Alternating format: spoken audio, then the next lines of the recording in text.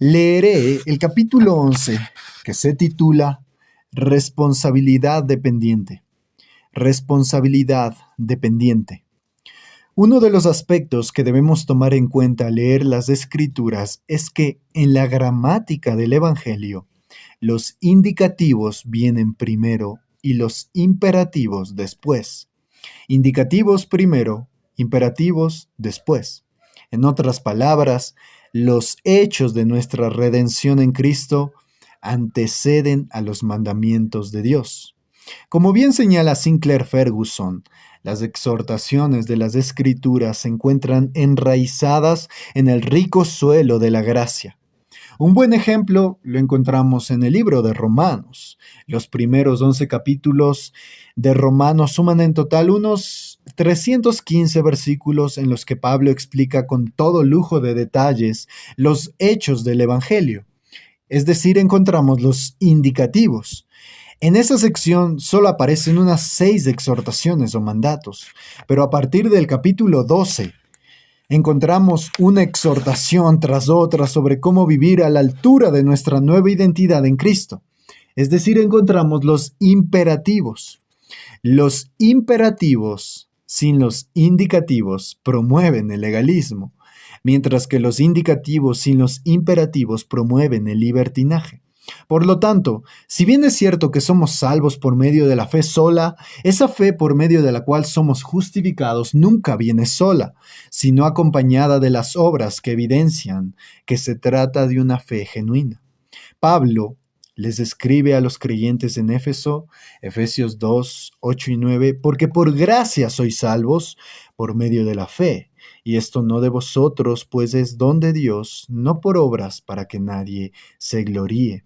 Para añadir inmediatamente después, en el verso 10, porque somos hechura suya, creados en Cristo Jesús para buenas obras, las cuales Dios preparó de antemano para que anduviésemos en ellas. El problema del legalista no radica en que insista en los mandamientos de Dios, sino en que pone el caballo detrás de la carreta. El mismo apóstol que afirma en Romanos 3:28 que el hombre es justificado por fe sin las obras de la ley, es el mismo apóstol Pablo que nos exhorta una y otra vez a vivir en obediencia a los mandamientos de Dios. Por ejemplo, encontramos esto en 3 textos. Primero, 1 Corintios 9:24, ¿no sabéis que los que corren en el estadio, todos a la verdad corren, pero uno solo se lleva el premio? Corred de tal manera que lo obtengáis. Segundo texto, 2 Corintios 7:1. Así que, amados, puesto que tenemos tales promesas, limpiémonos de toda contaminación de carne y de espíritu, perfeccionando la santidad en el temor de Dios. Y tercer texto, 1 Tesalonicenses 5:22, absteneos de toda forma de mal.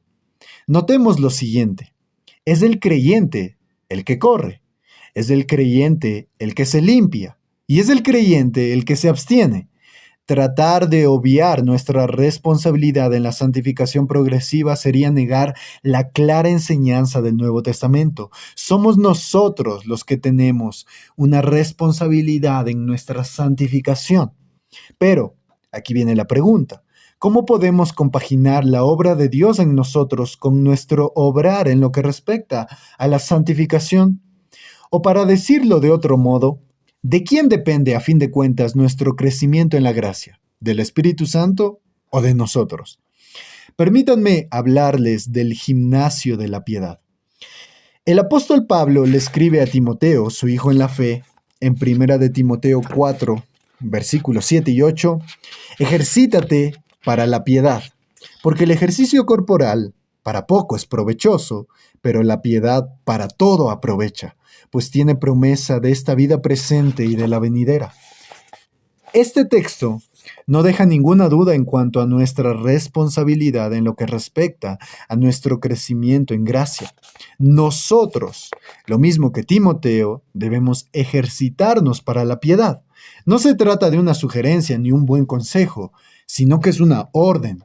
Pablo le dice a Timoteo y a nosotros también, ejercítate.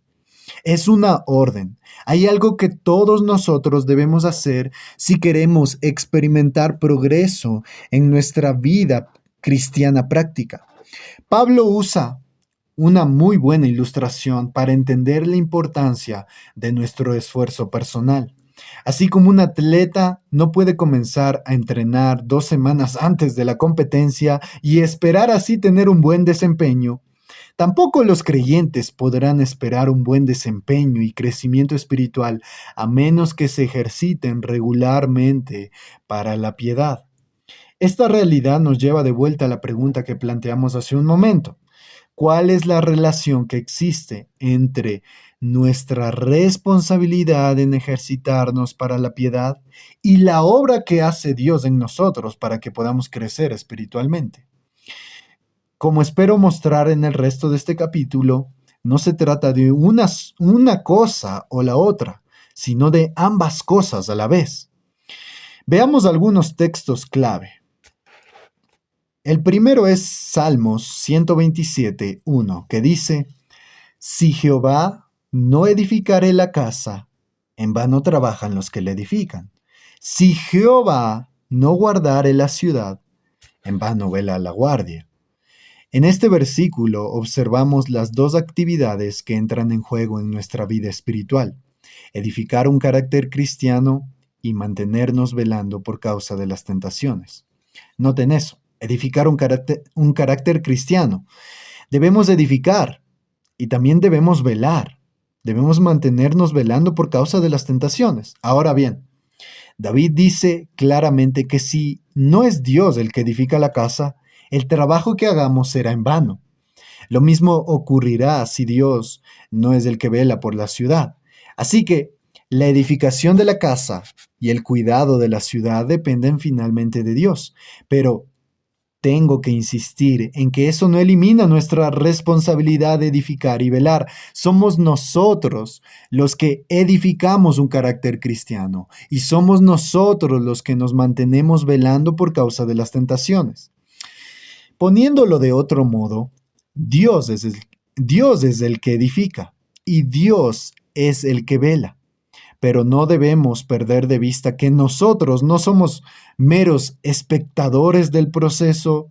Tenemos un trabajo que hacer. De lo contrario, la casa no será edificada ni la ciudad estará segura. Somos totalmente dependientes y responsables. Esa dinámica entre nuestra dependencia de Dios y nuestra responsabilidad se evidencia en muchos pasajes de las Escrituras, como por ejemplo en Proverbios capítulo 2, versos del 1 al 6, donde se dice: Hijo mío, si recibieres mis palabras y mis mandamientos guardares dentro de ti, haciendo estar atento tu oído a la sabiduría, si inclinares tu corazón a la prudencia, si clamares a la inteligencia y a la prudencia dieres tu voz, si como a la plata la buscares y la escudriñares como a tesoros, entonces entenderás el temor de Jehová y hallarás el conocimiento de Dios. Porque Jehová da la sabiduría, y de su boca viene el conocimiento y la inteligencia. Noten esto: cuando el libro de Proverbios habla del temor del Señor, se refiere a una profunda reverencia por Dios que produce una vida que procura agradarle.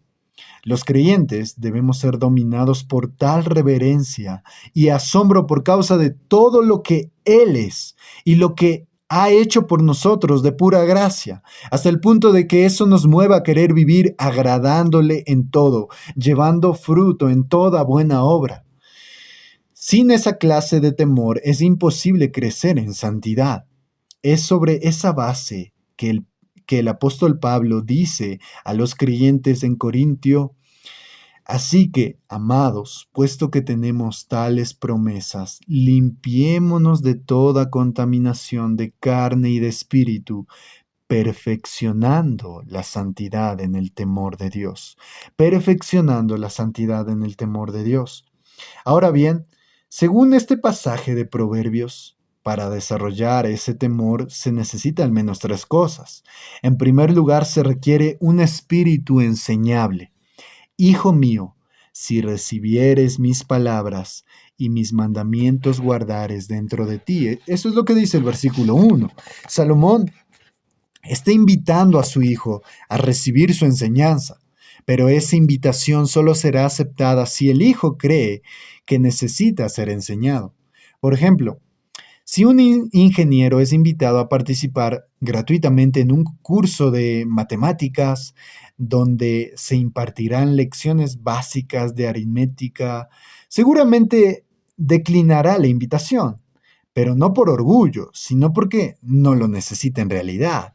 Pero esa misma lógica no se aplica a la vida cristiana y al estudio de las Escrituras. Nosotros permanecemos como discípulos del Señor por el resto de nuestras vidas. Hay muchas cosas en la palabra de Dios que nosotros no entendemos como deberíamos entenderlas. Y hay muchas cosas que sí entendemos, pero que todavía no aplicamos como deberíamos aplicarlas. Necesitamos tener un espíritu enseñable constantemente, permanentemente, para conocer el temor del Señor. Pero eso no es suficiente. En segundo lugar, Salomón nos dice también que debemos tener una actitud diligente cuando nos motiva a buscar esa clase de sabiduría, como se busca la plata y se escudriñan los tesoros. Otro proverbio, específicamente el Proverbios 13:4, dice: el alma del perezoso desea y nada alcanza, mas el alma de los diligentes será prosperada. El perezoso no ha perdido la capacidad de desear una mejor condición espiritual, pero no puede alcanzarla porque carece de diligencia.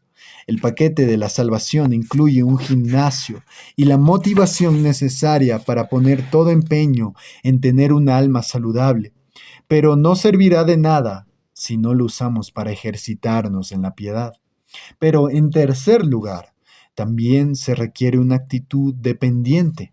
Proverbios 2:3: si clamares a la inteligencia y a la prudencia dieres tu voz.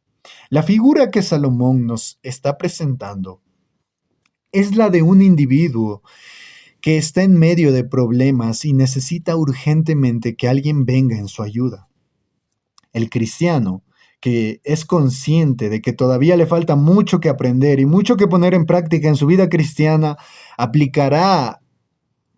suplicará a la inteligencia, es decir, a nuestro Señor Jesucristo, para que venga a socorrerlo. Como ya lo he dicho, somos dependientes y al mismo tiempo somos responsables. John Owen, el famoso teólogo puritano del siglo XVII, hablaba de la forma en que la gracia de Dios y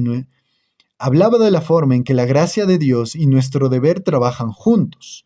Él decía: algunos separan estas cosas como inconsistentes. Si la santidad es nuestro deber, entonces no hay lugar para la gracia. Y si es un resultado de la gracia, entonces no hay lugar para el deber. Pero nuestro deber y la gracia de Dios no se oponen en absoluto en este asunto de la santificación. Nosotros no podemos llevar a cabo nuestro deber sin el poder capacitador de la gracia. Ni Dios nos da su gracia para otra cosa que no sea para que podamos llevar a cabo nuestro deber adecuadamente. Pablo resume esta enseñanza de la responsabilidad dependiente en dos textos clave del Nuevo Testamento. El primero está en Romanos 8:31. Porque si vivís conforme a la carne, moriréis, mas si por el Espíritu hacéis morir las obras de la carne, viviréis. Considera que la exhortación de Pablo no es: dejen que el Espíritu le dé muerte al pecado. No, es el creyente el que tiene la responsabilidad de darle muerte al pecado, pero no es otra cosa que repudiarlo y resistirlo con determinación. Y desde el mismo momento en que percibimos su intención de seducirnos, nosotros somos los verdugos que debemos llevar a cabo el fusilamiento del pecado. Eso es algo que nadie puede hacer por nosotros, pero al mismo tiempo Pablo reconoce que es imposible hacerlo por nosotros si es que no lo hacemos en dependencia del Espíritu Santo. Es por la obra regeneradora y santificadora del Espíritu que fuimos libertados del poder del pecado. Es por la obra del Espíritu en nosotros que podemos darle muerte. Como dice John Stott, solo el Espíritu Santo puede proporcionar el deseo, la determinación y la disciplina para rechazar el pecado. El segundo pasaje se encuentra en Filipenses, capítulo 2, versos 12 y 13. Por tanto, amados míos, como siempre habéis obedecido, no solo como en mi presencia solamente, sino mucho más ahora en mi ausencia, ocupaos en vuestra salvación con temor y temblor, porque Dios es el que en vosotros produce así el querer como el hacer por su buena voluntad. ¿Quién es el que produce en nosotros tanto el querer como el hacer por su buena voluntad? Bueno, Dios es el que lo hace, pero ¿quién es el que debe ocuparse en su salvación con temor y temblor? Nosotros debemos ocuparnos. Por supuesto, debemos aceptar nuestra limitación a lidiar con este asunto, pues como bien señala John Murray, hay un misterio envuelto en el modo en que el Espíritu Santo opera en la santificación del creyente. En cada movimiento concreto y particular del creyente en el camino de la santidad hay una actividad energizante del Espíritu Santo. Y cuando intentamos descubrir cuál es el modo de este ejercicio de su gracia y poder, es cuando nos damos cuenta de cuán lejos estamos de determinar la obra secreta del Espíritu. Los cristianos tenemos el deber de ejercitarnos para la piedad, pero ese ejercicio será en vano si no lo hacemos en dependencia del Espíritu de Dios. Debemos hacer un uso responsable de las disciplinas espirituales para nuestro crecimiento en gracia, pero dependiendo enteramente de Dios para que produzca a través de esos medios el crecimiento que deseamos alcanzar. Pocos pasajes del Nuevo Testamento expresan esta realidad tan hermosamente como el siguiente. Hebreos capítulo 13, versos 20-21. Y el Dios de paz, que resucitó de los muertos a nuestro Señor Jesucristo, el gran pastor de las ovejas por la sangre del pacto eterno, os haga aptos en toda buena obra, para que hagáis su voluntad, haciendo Él en vosotros lo que es agradable delante de Él. Por Jesucristo, al cual sea la gloria por los siglos de los siglos. Amén. Hablemos de las disciplinas espirituales. Las disciplinas espirituales es un tema importante que debemos tratar. Como vimos anteriormente, Pablo le dice a Timoteo que debía ejercitarse para la piedad. Hay algo que nosotros debemos hacer en forma regular e intencional si queremos ver cambios significativos y duraderos en nuestras vidas. A ese algo se lo denomina disciplinas espirituales. Debemos leer la Biblia, orar en privado, adorar en privado, ayunar, leer libros edificantes. De la misma manera debemos participar de la adoración y la oración corporativa, de la ordenanza de la cena del Señor y de la comunión con los hermanos. No es posible considerar al detalle cada una de estas disciplinas, porque eso va más allá del alcance de esta obra o de este libro. Pero es de suprema importancia que entendamos cuál es el papel que juegan en nuestro crecimiento espiritual. Debido a que nuestros corazones tienden hacia el legalismo, estas disciplinas pueden convertirse fácil y erróneamente en un medio para hallar el favor de Dios, como si el mero hecho de leer la Biblia, orar, ayunar o venir fielmente a la iglesia sean obras meritorias que podrían mover a Dios a amarnos más. En otras palabras, muchos tienden a pensar algo como esto: mientras más practique estas disciplinas, más amor de Dios voy a obtener a cambio. Esta idea es completamente equivocada. Por supuesto, cuando el creyente cae en esa trampa, pronto se encontrará preguntándose, ¿cuánto es suficiente para llegar a ser merecedores del amor de Dios? Cuando comparamos la magnitud de la santidad de Dios con nuestros débiles esfuerzos, de inmediato nos damos cuenta de que nuestro mejor desempeño nunca podrá llenar la medida divina deseable. Esa forma de abordar la vida cristiana siempre termina en frustración, a menos que nos engañemos a nosotros mismos. Bryan Chapell nos muestra que debemos abordar las disciplinas espirituales desde otra perspectiva muy diferente, no como un trueque, sino como alimento. La única manera en que las disciplinas fortalecen la vida cristiana es cuando las vemos como alimento, no como un trueque. No son fichas que podamos intercambiar para recibir la gracia de Dios, sino maná del cielo que nutre nuestro amor por Cristo. Al meditar en el derroche de la gracia, en el derroche de gracia que vemos a lo largo de la Escritura, tener comunión con Dios en oración y experimentar su multiforme misericordia para con su pueblo, aumenta nuestra comprensión de su amor. Como consecuencia, crece nuestro amor por Él, desplazando a esos otros amores que nos perjudican al atraernos. Y más adelante añade, las disciplinas solo agradan a Dios y nos ayudan a cumplir sus propósitos cuando aumentan nuestro amor por Cristo, que es el medio más poderoso para el cambio saludable y duradero. Esos propósitos se podrían comparar con el oxígeno que necesita el corredor de un maratón para alcanzar los kilómetros finales. También necesita coraje, determinación y fuerza de voluntad, pero todo será inútil a menos que haya oxígeno alimentando su esfuerzo. Los corredores abren la boca para tomar el oxígeno que necesitan. No la abren esperando que su esfuerzo fabrique oxígeno. Ningún esfuerzo puede hacer esto. Abren su boca para inhalar el oxígeno que ya los rodea. De la misma forma, no debemos abrir las páginas de la Escritura, extender nuestras manos en oración o buscar a otros creyentes esperando que estos ejercicios buenos produzcan la gracia de Dios. Su gracia gratuita, ilimitada e incondicional ya nos rodea y está lista para que la inhalemos y para fortalecer nuestra pasión por Él. Una de las cosas que aprendimos en la escuela es que hay operaciones matemáticas en las que el orden de los factores no altera el producto. Por ejemplo, 2 por 3 es lo mismo que 3 por 2. Pero en el caso del Evangelio, el orden de los factores altera por completo el producto. Siempre la fe debe venir primero y las obras después. No puede ser al revés. No pueden venir primero las obras y la fe después. Jamás. Las obras surgen de la fe. De lo contrario, se convierten en un mecanismo para obtener el favor de Dios, a lo que llamamos legalismo.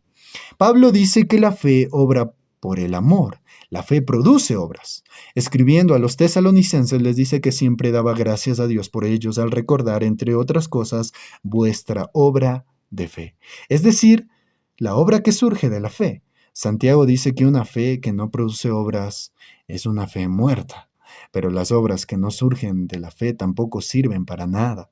Tiene que haber fe y tiene que haber obras, pero tiene que ser en ese orden correcto.